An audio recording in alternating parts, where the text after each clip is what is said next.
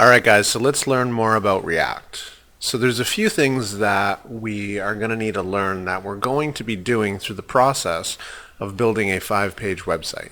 So these are usually, it has a home page, about us, services, contact, and then maybe another page. It's a very basic website example, but it's going to teach us a few things about React, like working with the React router, as well as splicing HTML into React components, and how to work with forms in React.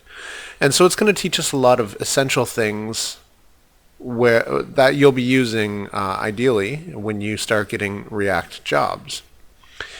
So I'm going to have a link to this theme that I've chosen in the video's description or discussion. If you guys want to use a different theme, feel free to do that. Just it might be a little more complicated, depending. And we're going to learn how to use Bootstrap, external CSS files and JavaScript within React. So what you're going to do is click free download here, and it's going to download a zip package.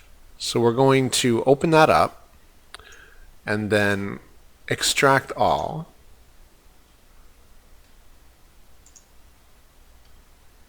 This is going to take a few minutes. And while that's extracting, actually, let's open up PowerShell. I want you guys to navigate to your projects directory. And if you're using PowerShell, you can navigate to it in File Explorer. Let's say I was in it right now. You hold Shift and right click. And you should get Open PowerShell window here. It will open PowerShell directly in your projects directory. So once we are in the project directory, we're going to run create-react-app. And then we're going to give our project a name. For right now, I'm just going to call my project website. You guys can call it whatever you'd like.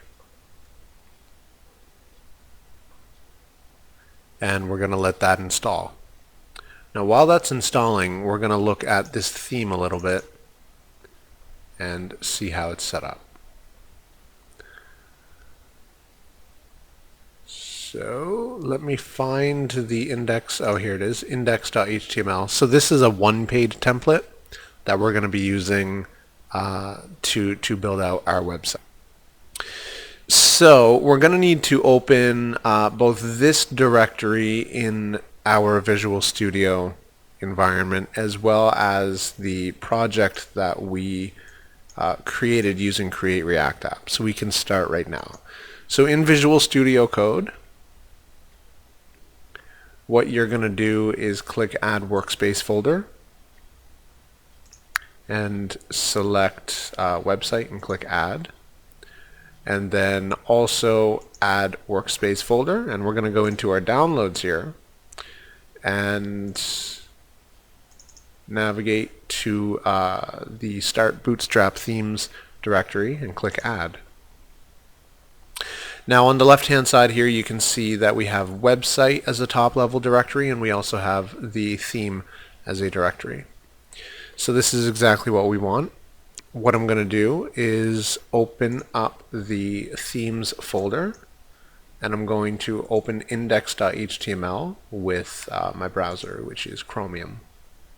So this is the website we're going to make. Now it's one page, so we're going to treat this as a home page, and then we're also going to make the contact page into its own page, the About section into its own page, and so on. And later on, once we learn a little more full stack development, we're going to be extending this application itself to support blog features. So we're going to have search capabilities. We're going to have the ability to add posts and edit posts and all that good stuff. So let's check on the status of the Create React app. It's still installing this, so I'm going to pause the video here and I'll be back when this completes.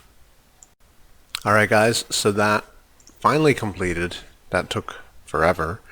So I'm going to change directory into website, and then I'm going to run npm start. And this should open a new tab in our browser, which we will be using during the development process.